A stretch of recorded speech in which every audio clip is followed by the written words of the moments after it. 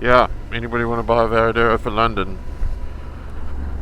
It's it's it's it's not an urban bike. It's more of a rural bike. But yeah, it's been good to me. 52,800 miles. I bought it on 16, and I've been everywhere on it. The Pyrenees, the Picos, Route Napoleon, all through the Alps, Slovenia, Croatia. Yeah, it's been a it's been a fantastic bike. And in doing all that, I still return me 10 miles to the litre, sometimes even more. If it's anything under 70 miles an hour, you get good miles to go. Not around town, but on the open road. But yeah, it'll sit through France at 80 miles an hour, no problem. Doesn't miss a beat.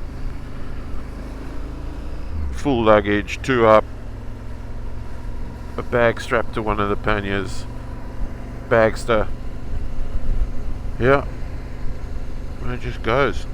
It's my second one. I've got two. And yeah, at the moment I'm commuting with it. I'm too lazy to change over. But anybody who's owned a Varadero, I was thinking about buying a Varadero. Yeah, good. 19-inch front, which soaks up all the bumps. Obviously, people talk about handling, but you're buying the wrong bike if you're worried about handling. This thing's neutral, man. Just goes into a corner, lean it over. Yeah, it's a lot nimbler than you think.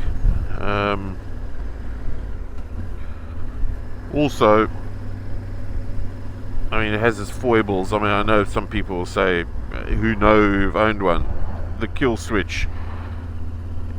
Sometimes you turn the bike on and the FI light won't go out, and hit the kill switch off, swing the bike once or twice, switch it back on, and the FI light will normally clear. It's just one of those things. I've read on the forums, it seems like everybody suffers. My blue bike suffers from it as well, especially when it's hot and it's stood after a long ride. I don't know what it is. Don't go down the route of getting it to your Honda dealer and saying, please change the kill switch or the timing, the TPS, the timing sensor. It's not that. It's just not. It's just one of those little foibles, and you just got to put up with it. But yeah, I'm happy with it. It's not fast. It's more bark than bite. But yeah, two up, plenty of torque, sit all day, and the suspension is plush, man.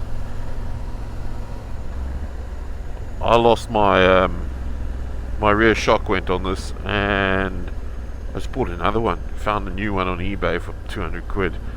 And I spoke to All Bike Engineering, I think in southeast London.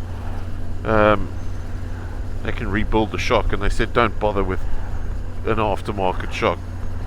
The standard Honda unit is pretty good, and it is good. I mean,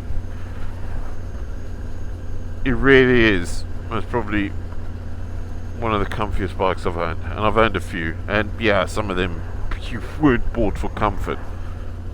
But I was going to buy the first generation DL650 because I'd ridden one a few times, and I liked it, and it was light, but I rode this and I thought, geez, it's a bit heavy. I mean, I'm 6'2", 3, 130 kilograms, clinically obese according to the NHS, and this thing's 270 kilograms. So yeah, nearly half a ton of metal and flesh.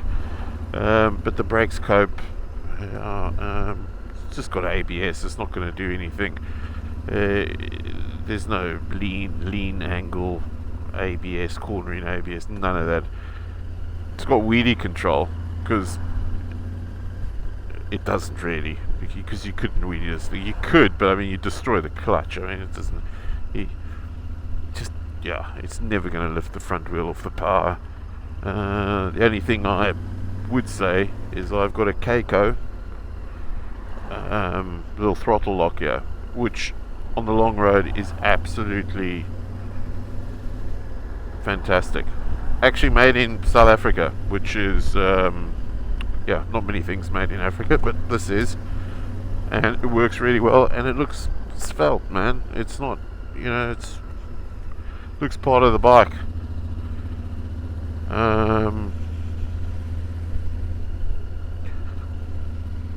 Yeah, I like it. It really does make a difference. It takes away that claw hand that you can get sometimes on the long road. Our last trip, we sat from Reims all the way to the Stelvio in one day, 850 k's. Did it in one sitting, and yeah, this thing was plush. My mate's on a multi-strada with all the bells and whistles, cruise control, electronic suspension, yeah, and you can only go so fast, man. And your petrol tank is only as big as the tank of the person that you're riding with. So, I mean, this has got a 25 litre tank, which is, yeah, it's nice. The light comes on when there's about 5 litres left, and yeah, I mean, around town you get about 170 miles before the light comes on. On the open road, easily 220 before the light comes on. You could do 270, yeah, without worrying. There's a good bakery down here. I want to get some rolls.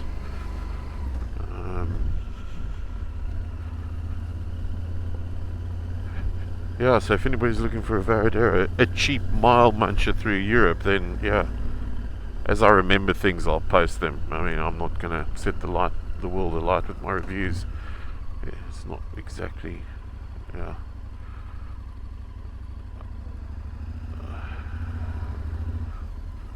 I don't have any fancy graphics or anything. Let me go get some rolls. I want to put the fire on before winter comes.